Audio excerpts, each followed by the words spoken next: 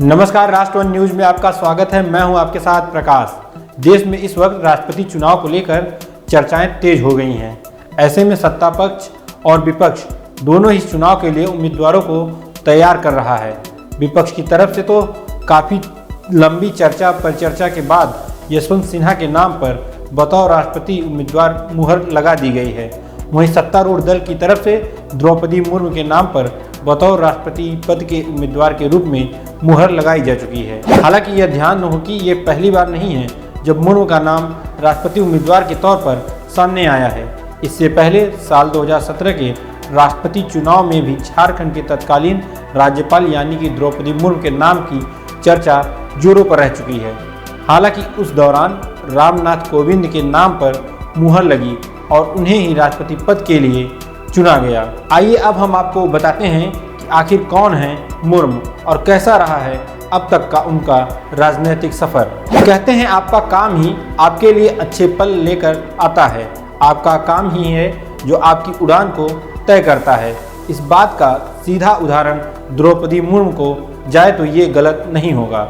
कल मंगलवार को बीजेपी संसदीय बोर्ड की बैठक में करीब 20 नामों पर चर्चा के बाद राष्ट्रपति पद के उम्मीदवार के रूप में जिन नाम पर मुहर लगी वो द्रौपदी मुर्मू की थी। अगर उन्हें एनडीए की तरफ से जिन पद के लिए नामित किया गया है उसमें वो अगर सफल होती हैं तो एक क्लर्क के पद पर काम कर चुकी आदिवासी महिला मुर्मू पहली बार रायसीना हिल की सीढ़ियों पर चढ़ेंगी। झारखंड में राज्यपाल के तौर पर कुल 6 साल 1 माह 18 दिन का उनका कार्यकाल निर्विवादित तो रहा ही है।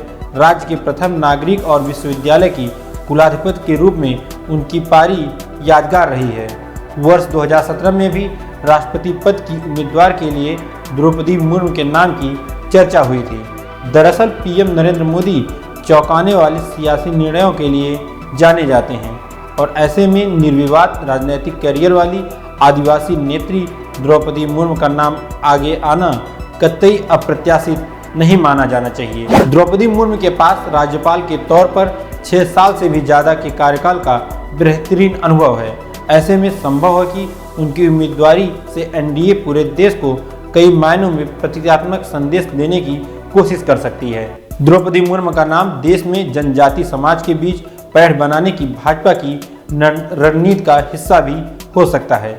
इससे गुजरात के आगामी विधानसभा चुनाव और 2024 में होने वाले आम चुनाव के मद्देनज़र जनजाति समाज के बीच एक संदेश तो दिया ही जा सकता है।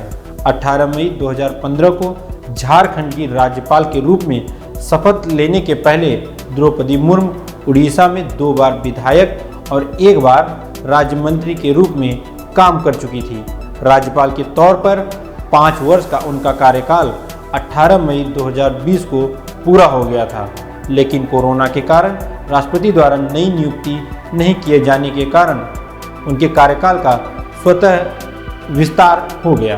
अपने पूरे कार्यकाल में वह कभी विवादों से जुड़ी नहीं रही। झारखंड के जनजाति मामलों, शिक्षा, कानून व्यवस्था, स्वास्थ्य से जुड़े मुद्दों पर वह हमेशा ही सजग रही हैं। कई मौके पर उन्होंने राज्य सरकारों के निर्णयों में संवैधानिक गरिमा और शालीनता के साथ हस्तक्षेप भी किया है।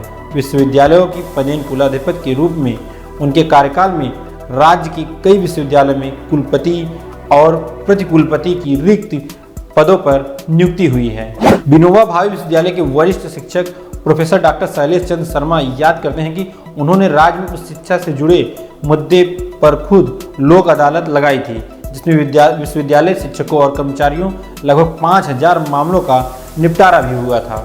राज्य के विश्वविद्यालयों में और कॉलेजों में नामांकन प्रक्रिया केंद्रीकृत कराने के लिए भी उनका नाम काफ़ी आगे रहा है। 20 जून 1958 को उड़ीसा में एक साधारण संथाल आदिवासी परिवार में जन्मी द्रौपदी मुर्मू को 1997 ने अपनी राजनीतिक जीवन की शुरुआत की थी। वह 1997 में उड़ीसा के रायरंगपुर में जिला बोर्ड की पार्षद चुनी गई थी। राजनीति में आने के पहले वह भी Shri Aurobindo industrial education and research Raipur में मानद सहायक शिक्षक और सिंचाई विभाग में भी कार्यरत रह चुकी हैं। साथ ही वह उड़ीसा में 2 बार विधायक भी रह चुकी हैं और उन्हें नवीन पटनायक सरकार में मंत्री पद पर भी काम करने का मौका मिला है। उस समय बीजू जनता दल और बीजेपी गठबंधन की सरकार थी। उड़ीसा विधानसभा ने द्रौपदी मुर्मू को सर्वश्रेष्ठ विधायक का भी पुरस्कार दिया हुआ है। फिलहाल अब भाजपा की तरफ से द्रौपदी मुर्मू का नाम सामने आ चुका है और लगातार देखना यह है कि कौन अपने देश का नया राष्ट्रपति नियुक्त होता है। फिलहाल इस खबर में बस इतना ही। आप देखते रहिए राष्ट्रमंच न्यूज़।